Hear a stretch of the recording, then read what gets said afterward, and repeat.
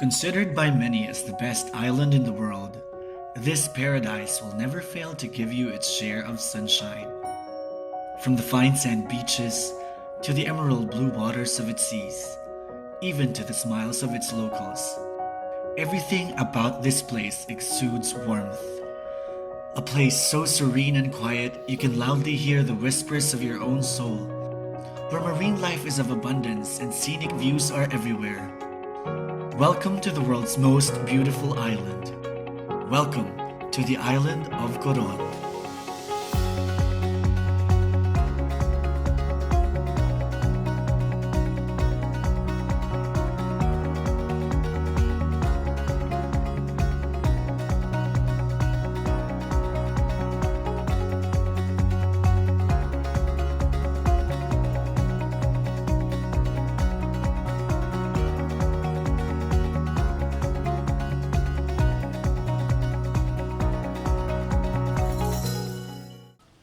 Hi guys, this is your BicolanongLakwatsero, ang Bicolanong hindi mahilig sa maanghang pero mahilig maglakwatsa. Welcome back to my channel. If you haven't subscribed to me yet, don't forget to hit the thumbs up or hit the subscribe button for your weekly dose of lakwatsa videos. And speaking of lakwatsas, this is actually the very first lakwatsa vlog that I have uploaded. And as the intro suggests, we will be talking about the beautiful, beautiful island of Coron.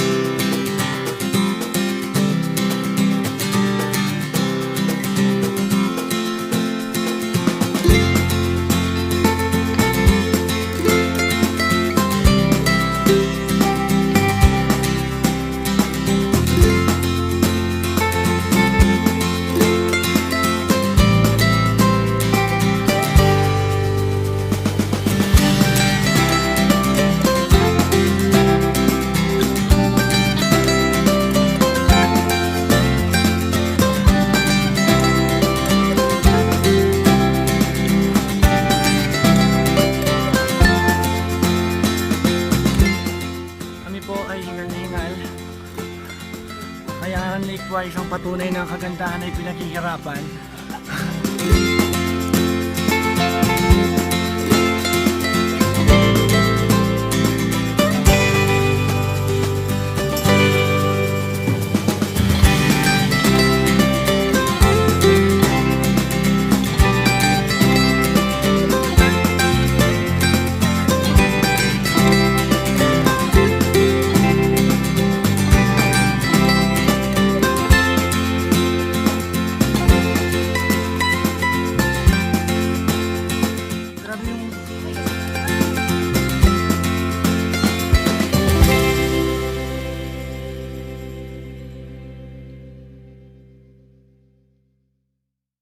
Let me begin by saying that I have nothing but good words for Coron. The experience we had during our stay there was such an amazing one that I'm going to make sure that in this lifetime of mine, I will definitely have to go back and experience it once again. So, just an overview, we actually got the tickets for this trip from my mom and my sister. They were given to us as Christmas presents for the Christmas of 2017. Then flash forward 2 months later, we find ourselves surrounded by towering limestone hills, marveling at the glorious beauty that this island had to offer. And as common knowledge to everyone, Coron offers a variety of tours. Yes, I'm talking about the A, B, C, and D one. During our stay there, we were able to book island tours A and C, and this took us to the beautiful lakes, lagoons, and beaches of the island. We did stay there for 5 days and 4 nights, and while many would think that that's a very long stay, I'm gonna have to say that there's actually much more to explore in Coron, that the 5 days and 4 nights was not really enough. Okay.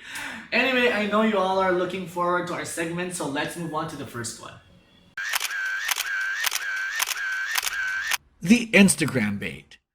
Before I proceed, I would just like to clarify that everything I will say is based on my personal experience. This is not to impose anything on anyone. Ito po ay mga gabay lamang. Meron po tayong free will. Gamitin po natin ito. Charot! Anyway, this script's Instagram bait goes to Banana Island, where there are no bananas. Wale. Anyway, to be honest with you, almost all of Coron is Instagram worthy. I mean, each of the island has its own beauty, and even the underwater scenes are worthy of multiple spots on your IG feed. But Banana Island Resort stands out from the rest. Talk about a fine sand beach where the sand is so white it almost hurts your eyes.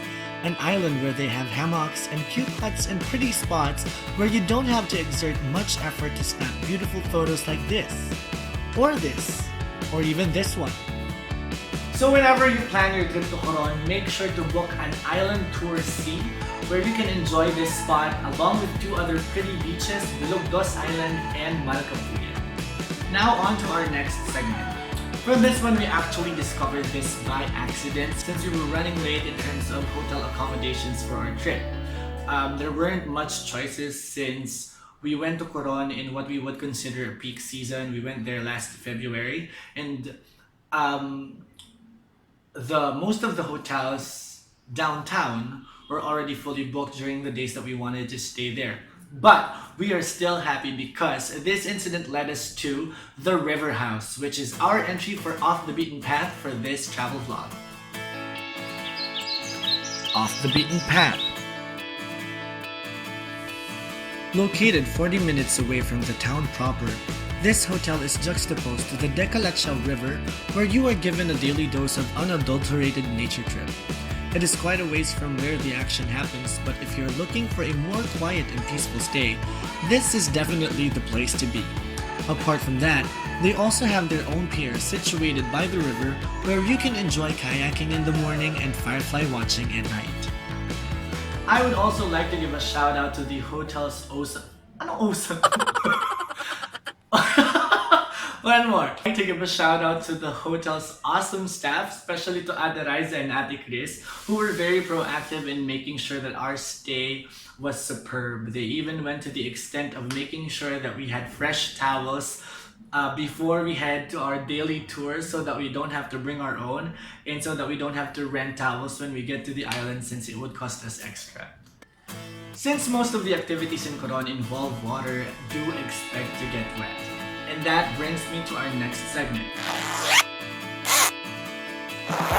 Save a space for. For your trip to Coron, make sure to save a space for a dry bath.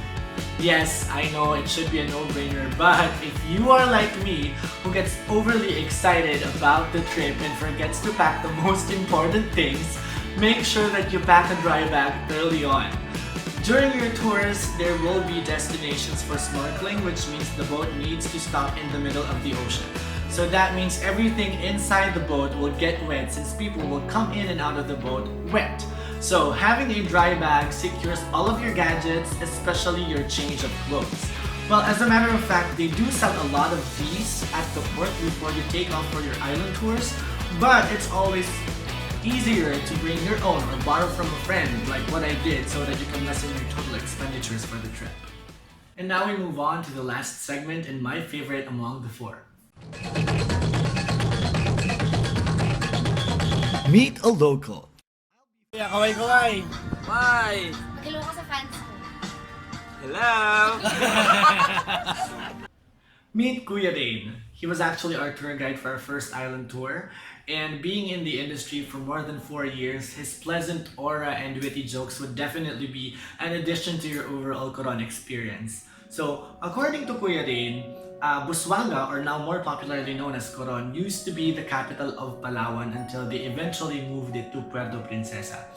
It's also home to the Tagbanwa tribe, which is an indigenous group of people whose territories are closed off from the public or from the tourists to make sure that their traditions and cultures are preserved. Kuya Rain also told us some stories of the struggles of the IPs in defending their land since some parts of Coron are already being bought by private developers, one of which is the Malcapuya Island, which will be closed off from the public in 4 years' time. And I think this is one sad part of the booming tourism industry because it sometimes hurts the locals and the place. So I hope the government would really push forward for programs that would result to sustainable tourism. But despite this sad part, Kuya Rain still encourages people to visit Coron because for one, it's really worth visiting, and number two, the booming tourism industry also help the locals in terms of providing opportunity for jobs. So the more the tourists come, the more opportunities they would have to put food on their family's table. So there you have it. These are but some of the things that you can explore and experience in Coron. If you like the video, don't hesitate to like, comment, share, and subscribe. Let me know your thoughts in the comment section below. If you have any questions regarding the itinerary or any clarifications about some information that I mentioned, don't hesitate to fire away. For next week, we will be visiting a destination that is closer to Manila, and that is Pandin Lake in San Pablo City. My drone is still up for grabs. You can visit my Facebook page if you would like to know the mechanics. See you next week, and I hope you enjoyed the week ahead of you. Bye-bye.